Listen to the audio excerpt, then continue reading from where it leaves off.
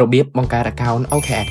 ជាដំបូងយើងចូលទៅកាន់ Telegram Channel XAU Social Trade មកបន្តមកទៀតយើងឃើញ link បង្កើត account OKX យើងអាចចុចទៅលើនឹងបានបន្តមកទៀតយើងចុច Yes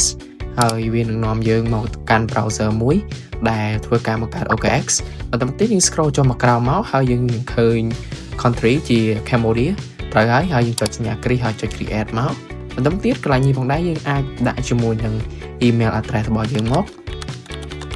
ហើយធ្វើការចុច sign up បន្តមកទៀតនឹងមានលេខកូដចំនួន6ខ្ទង់ផ្ញើទៅកាន់ email របស់យើងចូលទៅកាន់ email របស់យើងហើយ copy ដាក់មកបន្តមកធ្វើការវាយជាមួយនឹងលេខទូរស័ព្ទរបស់យើងចូលហើយចុច verify now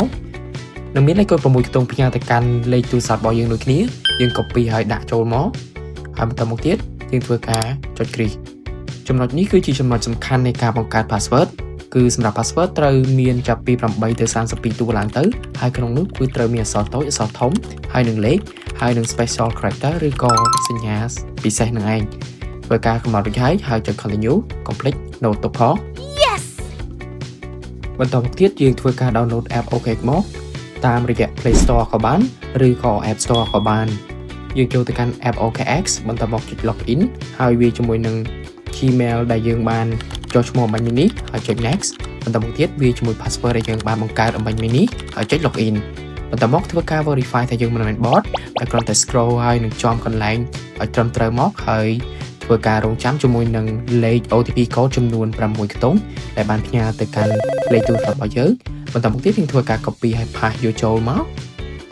រងចាំក្នុងការ loading ចូល profile របស់យើងហើយកន្លែងនេះផងដែរយើងមិនចាំបាច់ធ្វើការ add passkey ទេគ្រាន់តែចុចសញ្ញាខ្វែងមកហើយបន្តមកទៀតធ្វើការ set up letter ដំណាក់កាលបន្ទាប់យើងធ្វើការ verify ជាមួយនឹងអត្តសញ្ញាណប័ណ្ណរបស់យើងដោយចុច get verify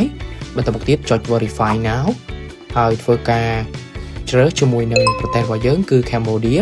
ហើយនៅក្នុងនោះផងដែរយើងអាច verify ជាមួយនឹងទី1គឺប្រភេទប័ណ្ណបើកបរក៏បានអត្តសញ្ញាណប័ណ្ណក៏បានឬក៏ passport ក៏បាន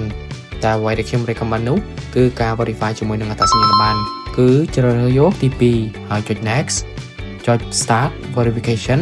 ហើយបន្តមកទៀតធ្វើការថតជាមួយនឹងអត្តសញ្ញាណប័ណ្ណរបស់យើងខាងមុខហើយចុច submit ធ្វើការថតខាងក្រោយបន្តមកទៀតធ្វើការចុច submit photo ហើយចុច next បន្តមកទៀតធ្វើការ scan នៅមុខរបស់យើងហើយរងចាំជាមួយនឹង status